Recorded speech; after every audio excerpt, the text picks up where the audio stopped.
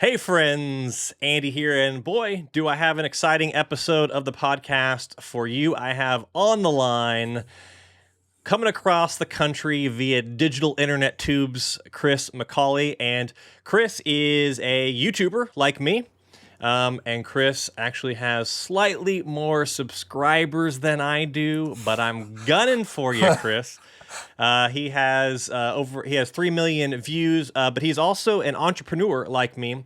And his primary thing he does is Amazon, fulfilled by Amazon. And he's got a whole business where he's made a lot of money around this. So I think it's a really interesting thing I want to talk about too. But one of the things about Kris is I actually finally met him in person recently. And one of the things I took away from that, from meeting him in person, is Kris is somebody who gets really excited about figuring things out, like seeing opportunities and then building like a service or a product or building a team or something around that to like be successful and make it work. And that's something that I relate to, but maybe I'm not quite as good at Kris at doing it. So I'm excited to talk to him about some of those things.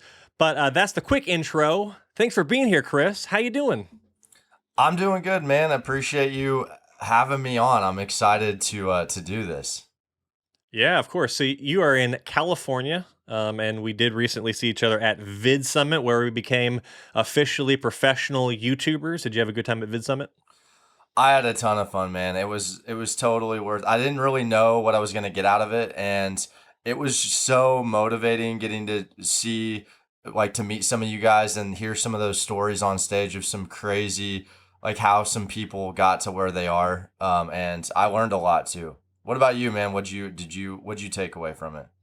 Oh yeah, it got me fired up about YouTube. I mean, I'm excited about YouTube anyways, and we will talk about some YouTube stuff in this podcast. But yeah, it I think it reignited a flame a little bit, but also gave me some good practical like directions and things, and also just took a few things that I was like, oh, I have a suspicion this is a thing on YouTube, and reinforce those. So I'm gonna double down on a few things, and also hopefully take the channel in a few different directions and experiment a little bit. And I know we kind of talked about that with your channel too. So lots of takeaways, lots of good stuff to work on. Um, so you are an entrepreneur, and I think you had an even shorter stint into like the corporate world than I did. So how did you what was awakened inside of you that said, "Oh, I want to be an entrepreneur"? Like what happened? I don't even think it was one of those light bulb moments. I think I just have always been like that. And I remember I was working two jobs going to college. I was like a personal trainer and I was working at an airport and I was selling everything around my house on eBay. I was selling everything and then it got to the point where I'm like, "Grandma, what can I sell for you?" And then I ran out of stuff for people to sell. So then I started going to garage sales and I started making a lot of money doing that. And I remember specifically though, I bought these Lego sets for $20 each and I flipped them for like $400. And this is back in 2012. I'm 22 years old and I'm making $8 an hour. So that to me, I think was the light bulb moment where I'm like, okay, I got to figure like something's different here. Like I got to quit one of these jobs. And then from there, I did that going through school. But then I got in the corporate world, like you mentioned, and I was only there for about like a year and a half. And then I realized, okay, this isn't for me. And I did everything in my power to leave. Legos are serious business, serious money, serious business. I mean, buying the sets new is expensive. So yeah, the like after like secondary market is pretty hefty on that stuff. Yeah, it's crazy. Like I've sold a lot of Lego on Amazon and Lego's shelf life is 600 and some days. So after that, they discontinue everything. So then the good sets appreciate in value. And some of those sets, I was selling this one that's retailing for $1,000. It's the Millennium Falcon, a Wow. thousand dollars for a toy. So yeah. So, is it a strategy people do? They go to like the Lego stores, they buy the stuff off the shelf, and they just sit on it for 2 years. Yeah, that is actually a strategy. I've seen YouTube videos around it. I don't know anything about it, but yeah, there's people who instead of investing in stocks or crypto, they're investing in, they have a whole warehouse of Lego. I've got 3 full Bitcoin. Oh, that's cool, bro. I've got 4 Death Stars. Yeah, real talk. Yeah, that's funny. So when you did do your little stint into the corporate world, what did you do? I went to school for accounting and finance, and I ended up getting a job in supply chain that worked with accounting. So I was basically helping a heart surgery, like a hospital with purchasing for their heart surgeries. So that was, and I it was a hospital chain. So I would cover 4 different hospitals. Wow. So what was it like? What was it that as you're doing the normal day job thing, what were some of the big reasons why you're like this is not for me? Like what were the things that popped out to you that made you just not want to do that thing anymore? Well, first it started, I love being outside and I was inside all day. Mm. And up until that point, I was selling on eBay, going through school. I could do my homework outside. And I'm like, this sucks. Like I'm inside all day. But then I was looking at my boss's boss, and yeah, he was making really good money, like solid, 200K for Central Town, Illinois. That's a lot of money. And but I was looking at, he's 55 or 60 and he's still going to work every day. And I'm like, and then I'm seeing online, that's when I got into YouTube really heavily in like 2015, 2016. And I'm seeing these people travel around the world that are my age. And I'm like, okay, if they can do it, I can do it too. And that's when I kind of had the faith to just go into that. Yeah, it's wild. One, just the opportunities that YouTube presents if you are a creator. But two, if you're just a casual viewer, the type of like the opportunities and the the view into other people's lives that it gives to give you like, oh, there are other ways to do life than what I'm currently doing, which is very interesting. Yeah, that's a great point. And I don't know if I would have had the courage to leave my job if I hadn't been watching YouTube. I don't know. So, good point. Oh yeah, I mean there's so many YouTube videos I watch that were I can point to that were the motivators for me to start a channel, but also pursue various things in the world of working for myself, entrepreneurship, especially in like crypto and online business and that type of stuff. How long were you consuming YouTube before you actually started making a channel? Because I feel like everyone who has a YouTube channel, you just don't get on the platform. You're a consumer first. Oh yeah. Well, I was watching YouTube from when it first came to be in I think 2005, or maybe I got in a little late in 2006, like the year after YouTube launched. Watching just stupid internet videos. But then my first channel, which is the channel I have the silver play button for, started that in 2015. So, a decade of just enjoying YouTube before I was like, oh, I could do a channel. And then I did that one, and that one wasn't. Um, it was successful, has like 80 million views and stuff, but it was not it's not a money maker at all. And I started watching all these finance YouTubers. I'm sure you did the same thing. And they're talking about how much I made on YouTube, and they made a video about like how much that video where I talk about how much I made on YouTube made on YouTube, and then there's this whole weird money loop. And I'm like, wow, I like finance and talking about making money online and stuff, and then I started seeing that, and I'm like, but I still sat on that idea for like 2 years of just watching people before I decided to actually put my face in front of the camera and do this stuff. It's wild how that works out. It is, and and now we live in a time where you don't even have to put your face Yeah, on camera it's if true. you don't want to. Uh-huh. So Yeah. So there's the Amazon FBA, and I'll talk about that. There is the YouTube channel. There's crypto and all this different stuff. But like, how many businesses do you actually operate? well, technically, it's all under one business, and then it's like under that umbrella, I have other businesses. Hmm. But I think the question I'm splitting hairs. The question you're asking is how many businesses do I have? Well, I've got I think for me, it's trying to decipher, is it a side hustle or is it a business? Hmm. I consider Amazon a business. I consider YouTube a business. I have a bunch of different side hustles and income streams.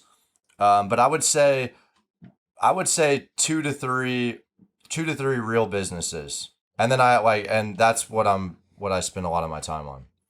Of the side hustles or side incomes, or just the random, not full on, what you call your full time businesses, what are your favorites, or which ones stand out? Let's see. I love Facebook drop shipping because I don't have to do anything and it's been a consistent like 2 to 3K a month. Like it's completely passive, so I love that. I've been really getting into Turo, which I don't know, it's Airbnb for your car. Yeah. So I was hesitant, but it was actually a YouTube subscriber brought that to me.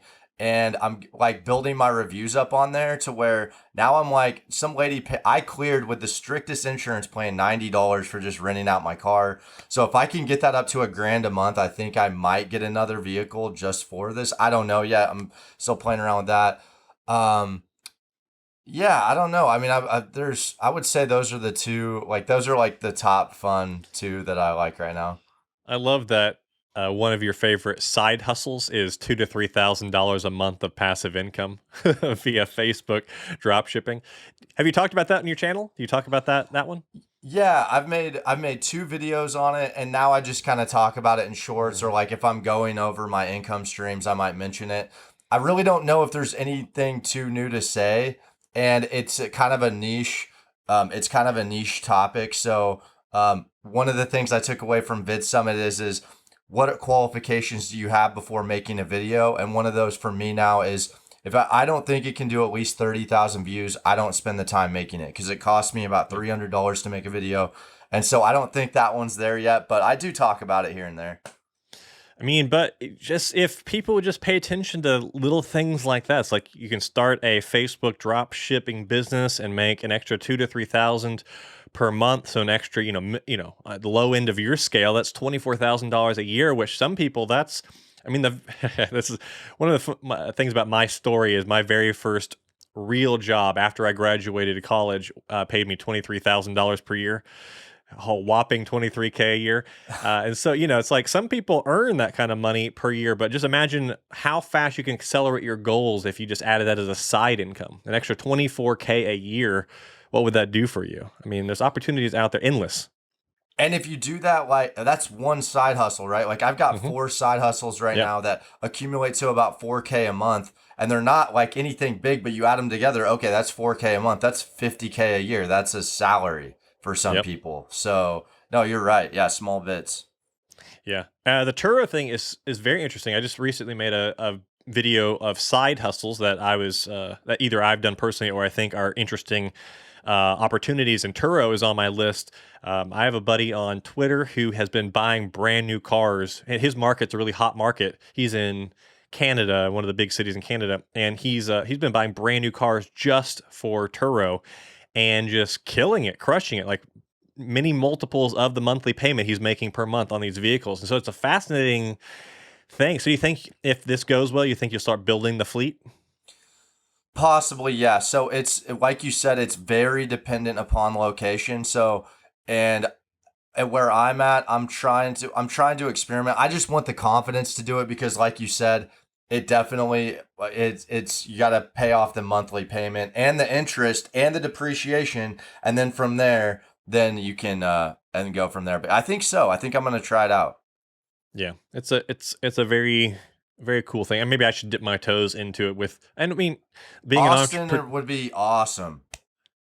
Apparently, I looked it up on the calculator. Apparently, Austin, the car to have is like a 2016 to 2020 Volkswagen Jetta. If you've got that car, you've got a 227% annualized ROI, I think, last I looked it up. Whoa. So Volkswagen Jettas. there you go for the win. A car that people probably forget they drove for the win. Yep. So let's talk about the big boy, which is Amazon. So like, how did you first find out about it, and how did you dip your toes into it, and how did you get started on Amazon?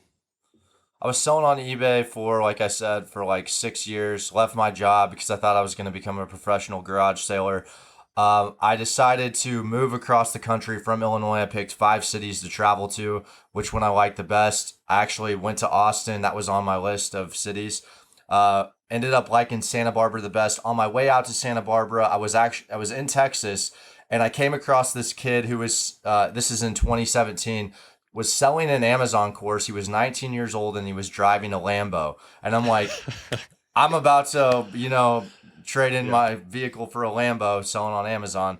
So I get into that. There's 4 or 5 different ways to sell on Amazon. There's about 10 different ways you can make income on Amazon. This one was private label or starting your own brand. So I moved out there with $8,000, took a couple grand out of that 8K to put into this Chinese product. It was baby blankets and suction cups. And I didn't lose money, thank God. I did not lose money. I made a little bit of money, but then I got into, okay, well, I'm going to go into retail stores and go to garage sales, and then instead of flipping that on eBay, I'm going to flip that on Amazon, and that's kind of what snowballed it. Is that still the model you do now, or do you do the private label stuff now? Like, what are you doing right now on Amazon? So I've migrated away from the retail arbitrage. I just started about a month ago online arbitrage, which I was doing on my channel, but I took a break from it. But now I know how to systemize and automate things. So I have basically buying from retail stores to flip on Amazon. That's a great way to start if you have like 50 to $100.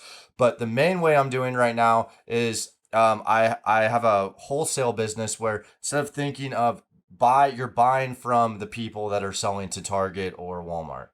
That's like the main way. And then I'm starting my own brand on Amazon. I've been working on that for the last 8 months, and I just purchased 3,000 units last month, so that should be live by Q4. It's a pet brand. I have a animal rescue podcast, so I'm centering a brand around that. That's cool. Is the podcast still active? Are you still doing that? No, I dished it off to I tend to I get like you said in the beginning, I get excited about things. Like I just love so many things, Yeah. and I passed it off to someone to where I'm still a part of it and there's still postings. But as of active podcasts, I only do them in person. So when I went to Malta, I actually did a podcast there with the animal rescue there, but only in person podcast. Now I'm not doing anything via Zoom. Yeah, I would prefer. I've done 2 or 3 of these so far in person. And hey, maybe missed opportunity while I was in California. Should have knocked out a couple of these, but yeah, it's definitely a different dynamic, and that's the goal. It's like grow it big enough, and then I'm hoping that the main channel gets big enough that this will also grow with it, and then I'll start flying people to Austin, and we'll do in person podcasts and stuff. So that's cool. So Amazon business, and you don't have to answer this question if you don't feel comfortable, but how much do you make with Amazon per year? I would say average a couple hundred grand profit, and that's on, I would say, revenue wise anywhere from 2 to 3 million. Last year the revenue that I had would be higher than this year. So essentially, I'm restructuring things right now, but I should still take home, because I've got multiple income streams on Amazon. I should still take home around 150K this year. Wow, that's awesome. And how long ago did you start this? I've been selling now for a half a decade. Yeah, it's Wow, April of 2017. So, that's and cool. yeah, it's been a little while, longer than my YouTube channel. So this next stage of Amazon, this pet brand, this private label stuff, is this kind of like your part of your plan to take that to the Amazon business to the next level? Is this like the next stage? You're gonna transition to that completely, or are you gonna continue with the stuff you've been doing, or like what's the next step? Yeah, it's a great question. I mean, I feel like I just know wholesale and online arbitrage too well to let it go. I'm a big believer in the 80/20 rule. So, what can I do like 20% wise of work to get 80% of the results? And so, for the pet brand, though, you can't sell those businesses, right? So, in essence, if you're ever working on a business that you can't sell, it's essentially renting versus buying. Like, that's basically what's happening. The only thing you can truly sell on Amazon is a brand. And those sell anywhere from 12 to 48 times monthly revenue multipliers. So my goal is to build this up with a catalog of products and then sell it for a seven-figure exit in the next 2 to 3 years. I like that plan. It's a good plan. That's the Seven plan. figures, just a good, good 7-figure number. No big deal. Exactly.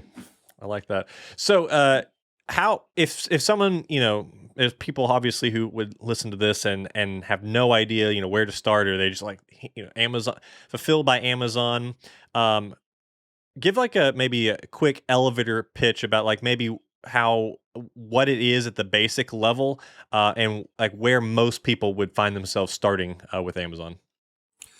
Yeah, so essentially, you're just trying to find products that sell for a markup. There are fees associated. There are fees on Amazon. About 25% of the revenue goes there. So it's how can I find products that are profitable that meet it within those fees. You're buying those products and you're shipping them into Amazon warehouses. So Amazon has the reason why Amazon is the most valuable company in the world is because is their logistics system. They are on a level that no one else is. So what you're doing is whether you're buying from a retail store or from suppliers, you're getting those products sent into the warehouses. So when a customer buys it and you're in, Texas, but when you ship those items in, Amazon will place them out accordingly, however they see fit. And then when someone buys those, Amazon ships it to the customer. It's the only business model where most people have to learn how to create systems to scale.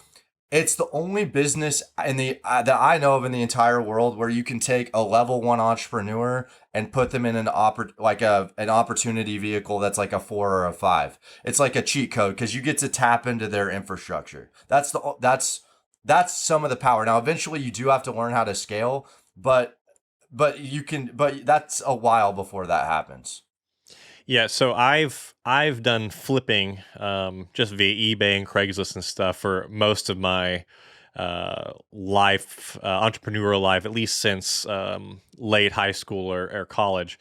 And I've always just done, have things and sell on eBay and ship it. But then in the very early days of when Amazon first started allowing you to ship stuff to their warehouse and in the fulfillment centers and stuff, I did play around with it a little bit. And I was selling mostly books and movies and things, which I think you can't even sell now unless you're like a special person or something. You probably know more about that than I do. Anyways, I did that in the early days, and it like blew my mind. I'm like, wow, this changes the entire game because I was so used to like, oh, I sold another eBay Blu-ray today or DVD. Got to go drop it in the mailbox, but I could just put all the stuff in a box, send the box to Amazon, and then just not even think about it. It was like this incredible revelation. Yeah. So it speaks to that whole like you pay the fees and stuff, but you're buying the infrastructure and fulfillment when you pay those fees.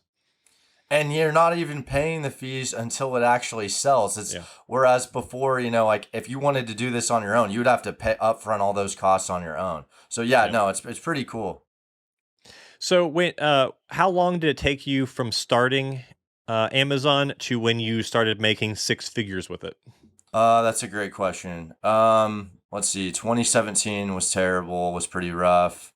2018, I would say six figures profit, probably 2019, I would say. So like, I mean, by then it was like 2 years. Yeah. So Well, that's cool. I mean, that's that's a short amount of time. It depends, I guess, what your perspective is. So, like, a new person might be like, "I'm gonna start Amazon FBA. I'm gonna be, 6 figures year one, 6 months in. I'm gonna figure it all out." And maybe, some people certainly, I'm sure, do that. But I think with most anything in life, crypto, YouTube, entrepreneurship, Amazon, take your pick. Longer term mindsets are generally more helpful if you can operate in that. So that's still, I still consider 2 years quite fast for that. it is. It seemed like a long time sometimes when, well, I mean, I just get really hyper focused on, I think obsessive is bad terminology, just like I call it hyper focused. And Mhm. that's literally all I did, probably for like 3 years, where that's all I did. Like, I mean, consumed Amazon, nothing else mattered. So to me, it was just like, I don't know, it just seemed like a long time. Yeah. Do you think this high, because I definitely relate when you say hyper focused, and I know my if I was asking my wife, she would also say that that's what I do. Do you think that that's like? Do you think most entrepreneurs have that like aspect to them? Do you think that's like a normal quality in people who do this stuff? I don't know if it's normal across all entrepreneurs. I do think though that, and I was telling you this, I think I told you this at Vid Summit. I think YouTube draws it out. I think YouTube Mm. attracts these hyper focused people that can just talk about, a couple of subjects for like they're this passionate about it. They're willing to spend time and take money and make videos. Like that to me is, I think YouTube kind of brings that out of those types of entrepreneurs. I mean, if you're even just a hyper focused consumer, it caters to you because if you watch two of Chris's Amazon FBA videos, well, guess what? The algorithm's going to do next? It's going to serve up every other channel who does the same thing and just shove it down your throat, and you're just consuming. You're an expert in a month flat or something like that after the algorithm is done with you. For better or for worse. So be careful what you click on. Yeah. Yeah. It's amazing how much my homepage changes just because of some little tangent search topic I went on. Like, I got to learn about this thing in my house or this power tool or this, how to do this thing. And all of a sudden that's my entire feed. I'm like, no, what happened? Like I didn't need to know how to like build an entire house from scratch just by fixing a cabinet. So Right.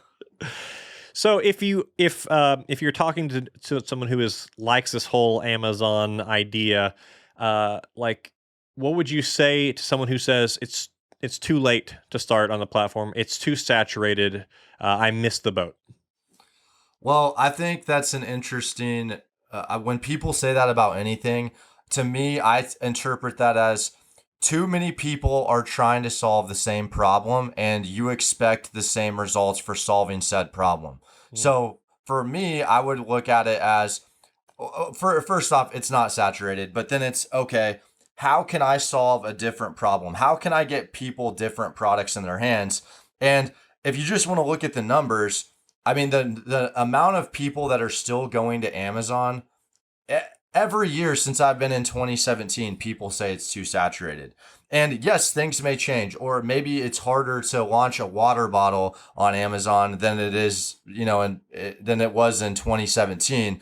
But there's always going to be new products, new opportunities, just like the music industry, right? Like there's always, yeah, I'm sure it's competitive, but if you come up and you're creative and you come up with a sound that someone wants to hear, I mean, you're going to do good. So I think just going into it with a mindset like that, you're going to be okay.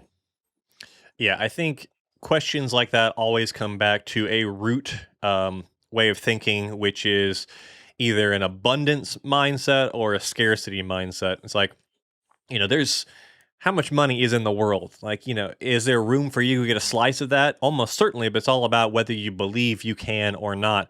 But specifically with the question of like, is it too late to do fill in the blank?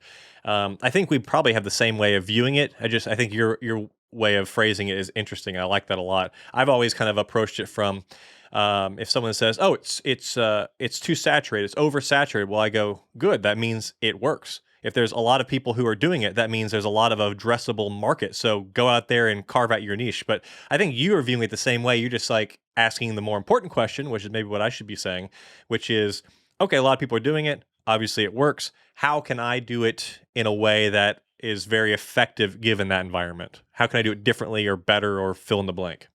And like you said, because people are doing it and there's a lower risk there, which means a lower reward. Whereas if you were looking for something that was more cutting edge, that had less proof of that concept, yeah, the ROI may be easier, but there's also a risk that that industry is less developed too. So there's pros and cons for industries being more or less developed. That's a good point. Yeah. I want to talk about crypto, but first I want to talk a little bit about YouTube. And let me start this off by just asking, why are you on YouTube? I think that question has evolved over the years. So when I first started, I saw people making Amazon content, and I'm like, this person isn't even selling. They're telling this person the wrong thing. I felt like I needed to have a voice. I feel like how some creators get in. And then over the years, I kind of lost touch with it. It was like in 2019, I started selling a course, and then I didn't realize it. There isn't a course on YouTube that says like, here's what to do when you start making money with YouTube. Like there, which I think a lot of content creators should look at. I kind of lost touch with why I was making videos. That ended up just being about this course, and then I lost motivation. But then when I got back on about a year ago, it was June of 2021, and I'm like, I'm gonna take this seriously. So I'm like, I'm gonna build systems, find a video editor, all this stuff. And anyway, and I guess now it's kind of interesting because I make these videos and I love finance and I love money, but my love of YouTube is the reason why I continue to make videos. Like the YouTube to me is the biggest puzzle in the entire world. It's the hardest puzzle there is.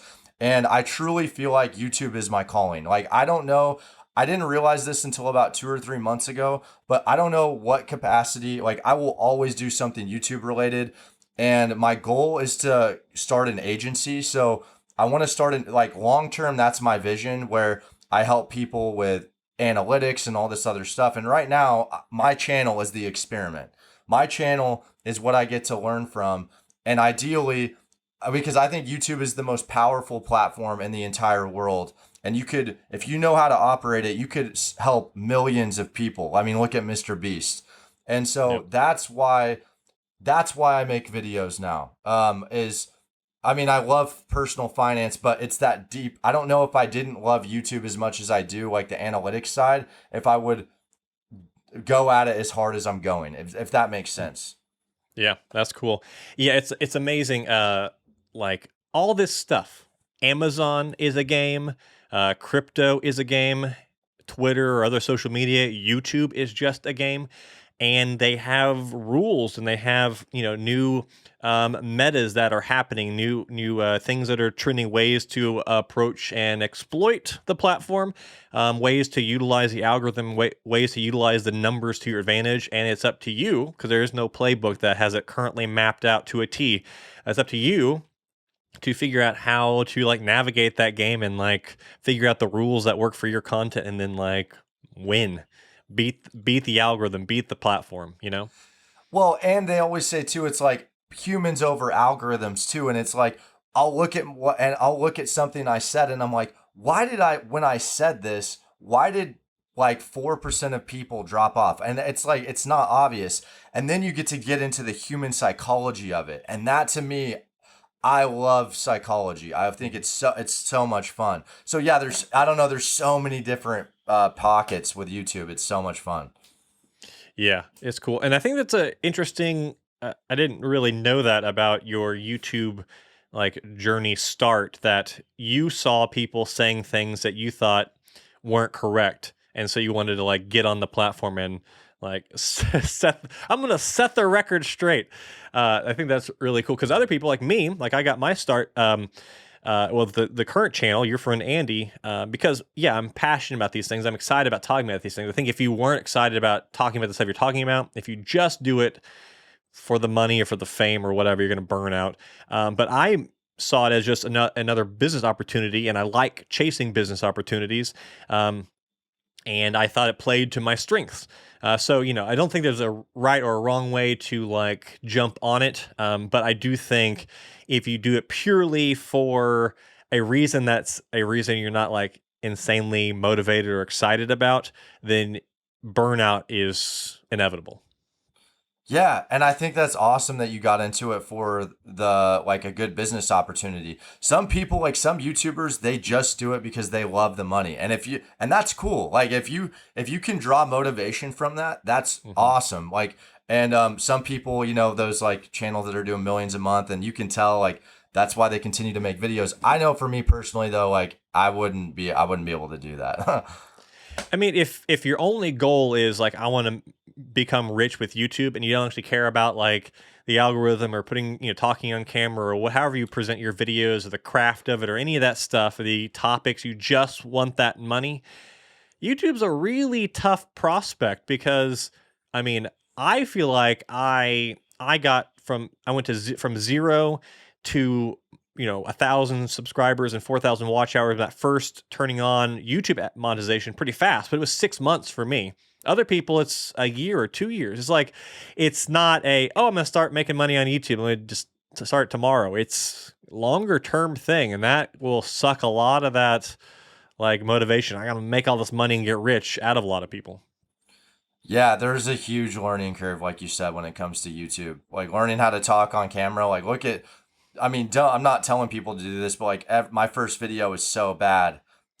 It's terrible. So, just you can always start from lower point than I did, I guess. I watched your first video. I wouldn't call it Oh, terrible. You were better than oh, a lot of people's first ones.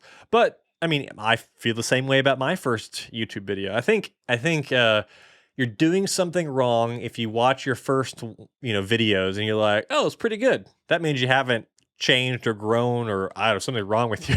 It's like right. you're supposed to watch the old ones and cringe. Like that's how it works.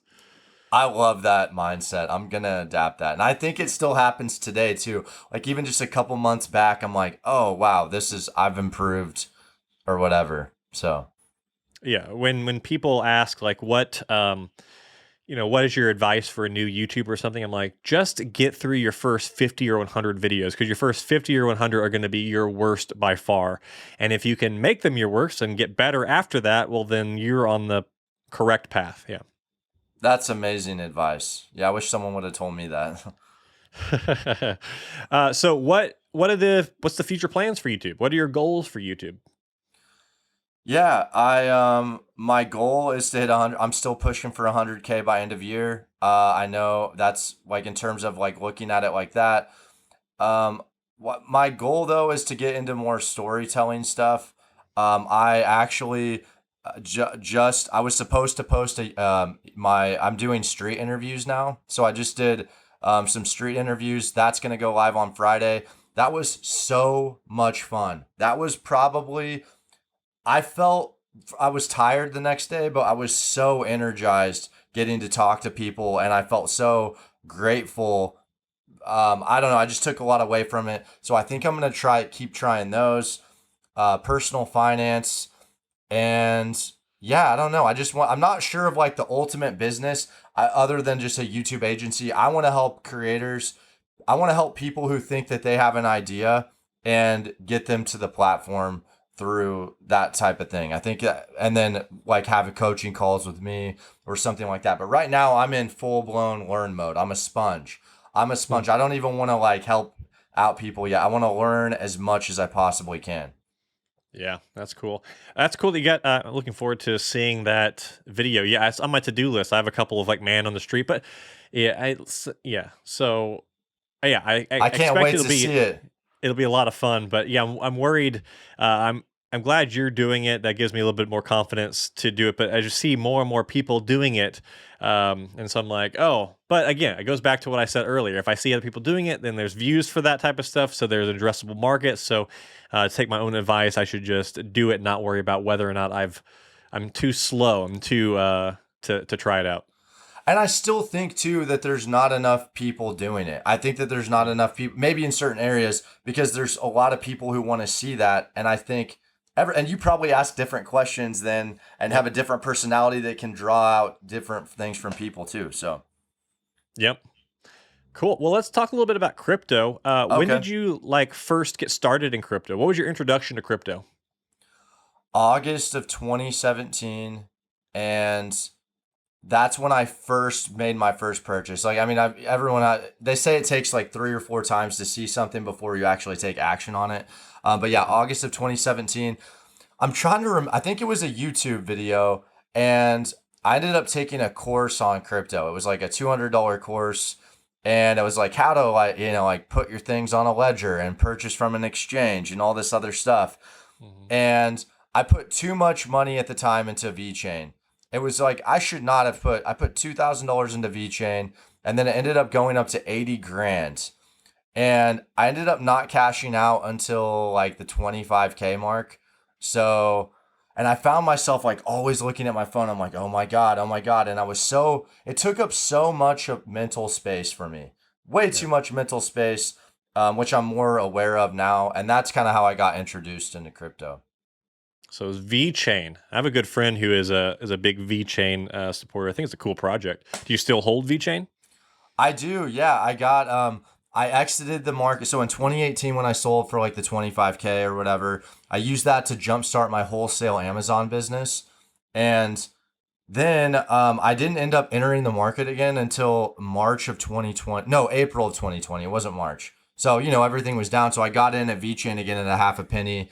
And then I should have sold at 26 cents. I ended up selling some at 12, some at 9. I ended up making like 75 grand. Paid off a car, paid off my school, which now they're forgiving. And yeah, and I still have a small bag of that I got at a half a penny. Yeah, I mean, there's always going to be, you can always have regrets about, oh, I could have sold higher or whatever. But yeah, I'm sure you already do this. But yeah, just take comfort in knowing that you did actually take profit, and most people never do.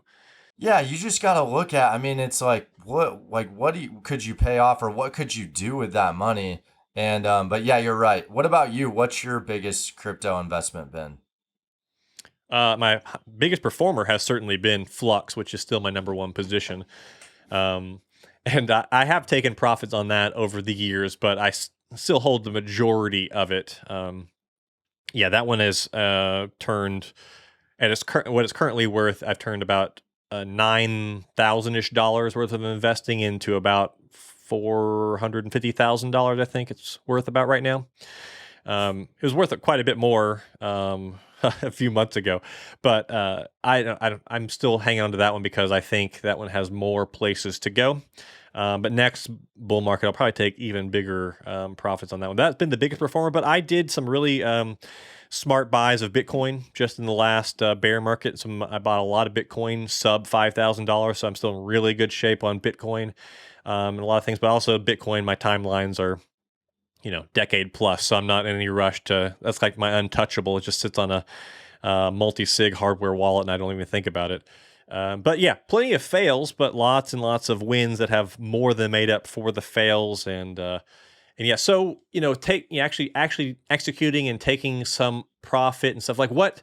How can you what's the lesson there? What would you tell people who have just only seen their things go up and then come back down, and now they're at like negatives of what they were at before? Like what advice would you give them about like taking profits or like doing something with the gains? Yeah, I mean, I think that's a great question. I mean, you just have to be aware that you just have to have I think you have to know when you're gonna exit before even getting into the position or right when you get Yep. into the position. So like have an idea, like a timeline. Like, okay, this project, I don't know if I really believe in it that long. Like your Bitcoin, it's like, okay, that's 10 years out. I would love to own some Bitcoin, right? Whereas maybe Tron or something, like I was in Tron in 2017 and it went from 2 cents to 22 cents. So I put in 2K and I saw 2K go up to like 40, or no, it was 20. It was 20K, and I should have pulled out sooner, but I knew Tron wasn't that good of a project. Like I knew it Mhm. wasn't. I still don't. I'm not a Tron guy. What can I say? So I mean, just knowing that, and then two is even if you're at a loss. Like I sold some stuff in March. I sold a lot of my positions in March, and I took an L on paper. And a lot of people, there's this saying where it's like, oh, it's only a loss if it when you sell. Well, not necessarily, because there's opportunity cost and there's no guarantee that that project is ever going to go up again. Yep. So look at the scope of the project. Should you cash out now? Like go start an Amazon business, or like go get a down payment on a Turo car. I don't know. I'm not going to, but like that's where my mind goes with it. So good question. Yeah.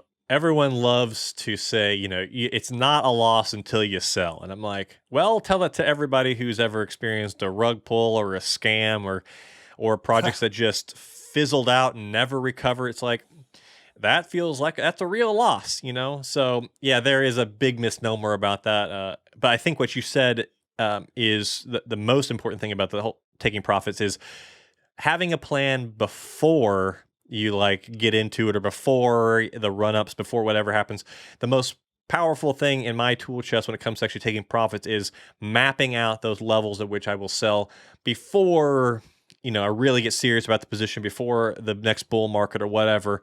And knowing that when it hits this price, I'm selling this amount. I'm just following my plan.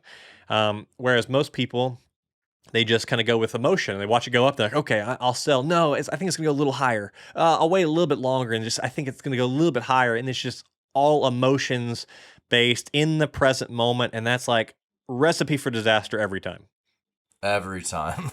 Yeah, emotion and trading and just money it's not a good combo.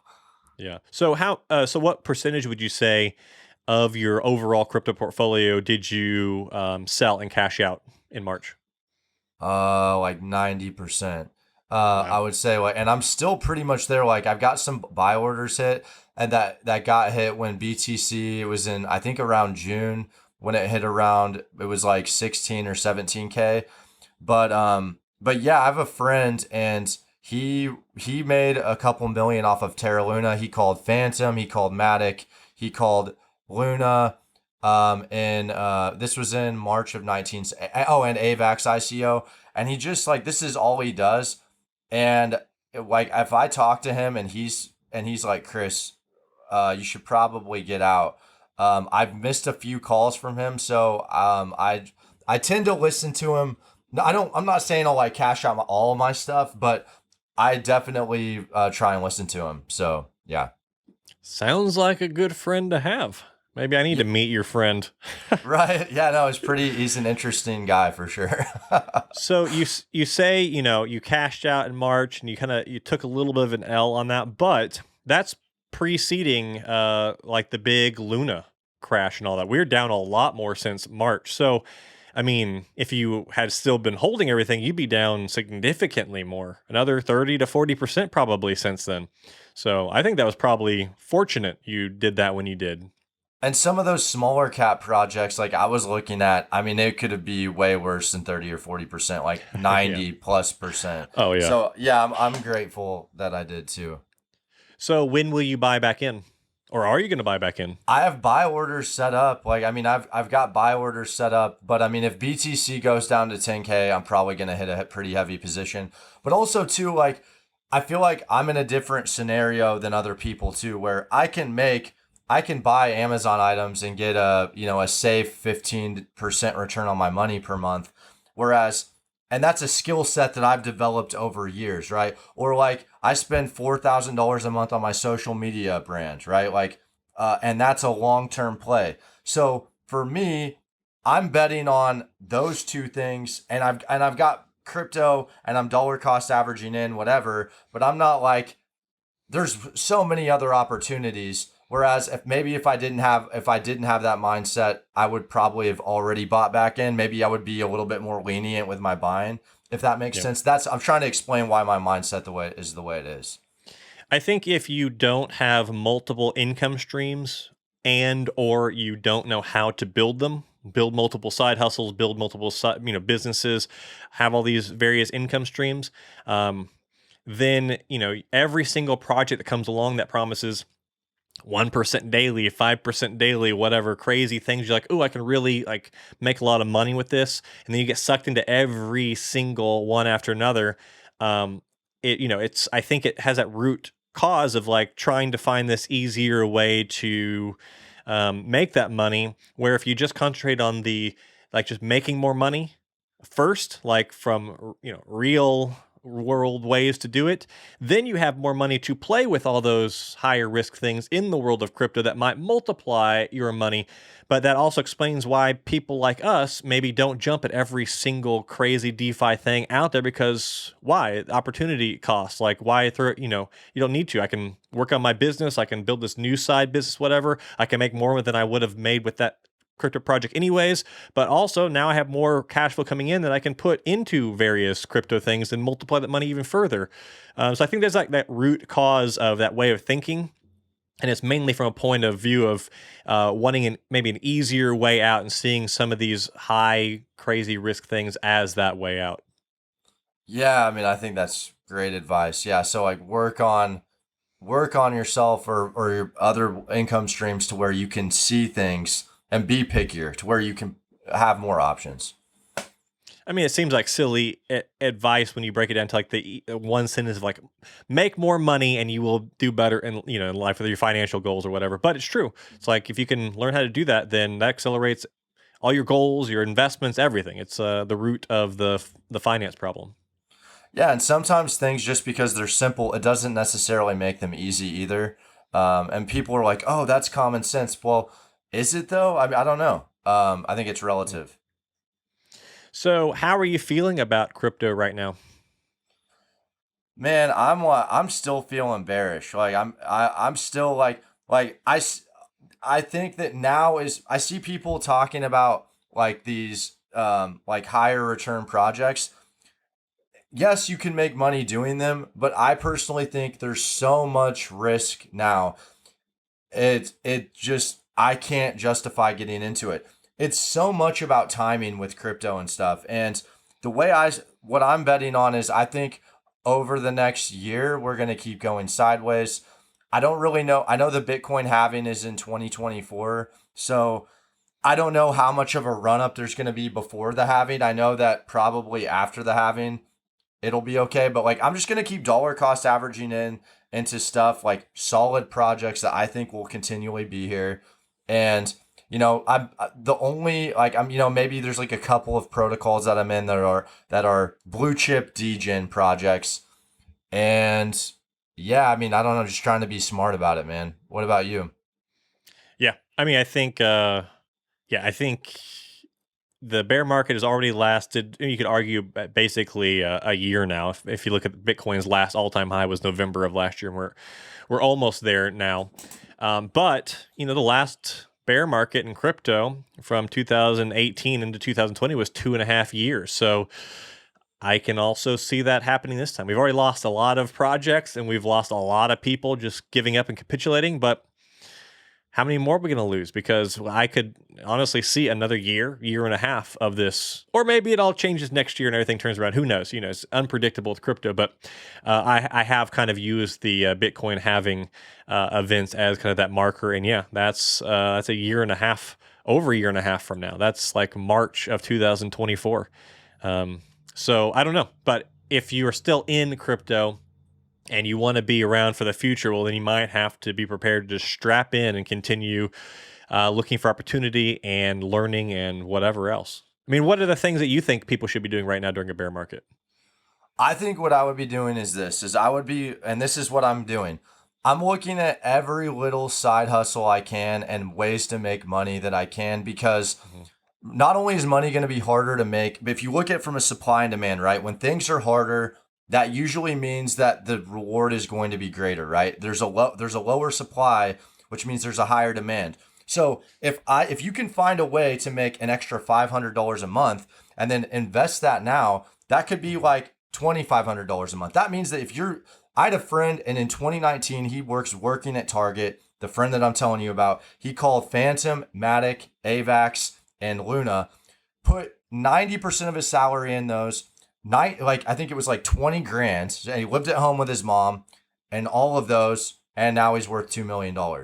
And so just be like, realize like this is an amazing opportunity. Yep. This will not be here forever. Urgency is key. Get out there, make some money, and then siphon it into investments, whether it's crypto, stocks, luxury watches, cars, whatever asset is pulled back, Pokemon cards. I mean, whatever it is. So that's my advice. Yeah, that's great advice. So, are there any specific opportunities you see during this period and are acting on or going to act on or think people should consider? You mean for like crypto or Yeah, sure. Crypto projects or themes in crypto or areas where maybe the entire market is headed, like you should invest this direction, or like what are some of the opportunities within crypto that maybe you're looking at now or within the next year and a half? Yeah, that's a great question. I would say my top three are layer ones. So I think layer ones and then anything tied to that. So like layer twos, layer zeros, like that are going to be more integral for crypto scaling mainstream. Cryptos that are going mainstream. So I think that any crypto that can help the facilitation of your grandma getting to blockchain or like businesses getting to blockchain, I think is going to be huge. Cloud storage, so like Flux, what Flux is doing. I think cloud storage is going to be huge, and supply chain. I think supply chain, I mean, we see the number one company in the world is Amazon, and how integral supply chain is for them being the number one company, and how important that is going forward. I think those are like all of my top areas I would be looking into. Yeah, I think yeah, I would agree that there's always going to be speculation, there's always going to be FOMO, there's always going to be hype trains in crypto. However, the longer and longer crypto's history is, and the closer and closer we get to true like worldwide adoption, the more real use cases are going to have to present themselves. You can't just have things that are, vaporware, just high pie in the sky ideas. You're gonna have to start actually having some real use cases, real utility, real life applications for this stuff. Otherwise, what's the point of, how's it gonna grow and expand and take over the globe in the future? Yeah, exactly. And I'm excited to see how it's going to shape out. For sure. So if you were if Kris was 18 years old again, but you can take all your current brain knowledge and share some of it with your 18-year-old self, like what would you tell that person, or what would you do differently, if anything? Um, wow, that's a great question. So many things. I would tell my 18-year-old self that to invest in Bitcoin in 2009. Yeah. No, but just say, look, don't listen to something that someone tells you that you can't do something. I had an ex-girlfriend one time say, like, why are you selling on eBay? That doesn't seem realistic. And understand that the opportunities we have now, most likely, whatever you think you're going to be doing, whatever you end up doing, you don't even know it exists yet. The way technology is growing. So just keep an open mind. Like I think intuition is a skill that we can all practice. Practice developing that. Work on yourself, because at the end of the day, if you can, it all boils back down to how you interpret data. So like, I know it sounds cliche, but I read every morning, I journal every morning, like work on that stuff. And that's what Warren Buffett and Charlie Munger tell you to do too. So like, listen to those guys, listen to the billionaires, and yeah, that's probably what I would say. Yeah, that's really good. What do you like to read? Mainly, I would say I read stuff on like philosophy, and I don't really read a whole lot of business books. Mainly like philosophy and like biohacking, stuff like that. I read form of Ryan Holiday's The Daily Stoic every day. That's one of his books, but he's got six other ones. So like maybe 10 pages of some stoicism. I've been doing that for about 3 years. But yeah, what about you? Do you have any good book recommendations for me? So well, and Ryan Holiday, he's awesome, and he is just outside of Austin. He's here. Um, Wow. so I read every single day, but I don't read tons of nonfiction. I read a lot of fiction, mostly fiction, a Okay. lot of sci-fi. So I I love love to, sci-fi. That's yeah. awesome. Well, if you want a book recommendation for sci-fi, if you haven't read it yet, I just finished yesterday. I've already started another book, but I just yesterday I finished Project Hail Mary, Okay. All which is right. by Andy Weir, who wrote The Martian. Okay. All right. I'll check I don't that know if you out. read The Martian, but The Martian is also a fantastic book. But Project Hail Mary was very excellent. I thoroughly enjoyed it, and it's a quick read too. But yeah, reading is the good stuff. Yeah, and also to go back to your kind of talking advice to your 18-year-old self, some of my best decisions in life, my most successful decisions, were all things that I had someone in my life or someone around me who told me it was a bad idea, or that it wouldn't work out, or that it couldn't be done, or something like that. So I think there's definitely, I think you kind of said it better, but I think there's definitely a lesson in there that coming up, making your own decisions, like follow it, listening to your gut, creating your own thesis for why you think something's going to work out, and then chasing that is where it's at. But also, I think integral to the entrepreneur is that flexibility and willingness to fail and go, okay, that didn't quite work. How can I try a different version of that or a different thing, and just keep on trying until you find something that does stick? But that like roots back to what you said, which is that kind of like doing, if listening to your gut, like doing what you think is the right call, regardless of what your girlfriend or family or friends say is the right thing to do. Yeah, like you said, that I think it's important to pick who you're around because whether you realize it or not, they're going to be affecting you Mm-hmm. consciously or subconsciously. So I think that's amazing advice too. Is there been anything in your life that you would call like a game changer? That was kind of a watershed moment for you. Any big realization over the years? Was there something that a place you went, something that happened, something you learned, just some kind of life realization that kind of is coming front of mind right now that has stuck with you? You know, nothing really. I would say it's like a bunch of small things that there hasn't been that like light bulb moment. Hmm. It's just I would just say a lot of small things and I don't know. Yeah, I mean I feel like yeah, I guess that's a good question. I don't have an answer for. I would just say a lot of small things that have accumulated to where I am now. I think a lot of people don't have the one kind of moment answer. I think a lot of people have that like 1% better every day or little things piling up and making a bigger and bigger snowball, which I think is a great answer. So, Yeah. what's next for Kris? What's next for Kris? Let's see. I've got a board on that's like I've got three whiteboards, and my whiteboard back here is my like all my bigger goals. I mean, I don't just start a brand on Amazon, Hmm. continually grow YouTube, and I'm experimenting on TikTok, and just continually grow. Like continually systemizing income streams, and then funneling those back into like investments and whatnot. And that's my main goal right now. In 2023, I do want to travel around Europe, so I found this studio program where you can work. They like let you can work in Scotland or whatever. I feel like I've got the travel bug now, so I want to do that. So I'm really working really hard on my YouTube right now to where I can do that from anywhere efficiently. I guess you Hmm. can do it from anywhere. That's I guess where I'm at with that. So right now I'm just in work mode. I'm tunnel vision right now, and sometimes it's hard to see the macro. I need to zoom out a little bit with the macro probably because I'm like very in the micro right now. Is your name is McCauley? Is that Scottish? It is Scottish, yeah, it is. I Yeah. thought it was Irish for the longest time, but yeah, it's Uh-huh. Scottish. So yeah, you gotta go. You gotta like patrol the Highlands of Scotland and like make a The video about it. motherland, the motherland. Yeah.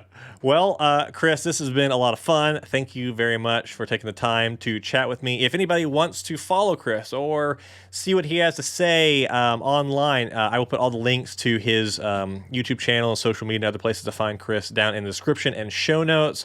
But other than that, thank you so much, Kris. This was a blast to chat with you. Hey, you too, man. As always, appreciate it. Thank you. Yep. All right, everybody. See ya.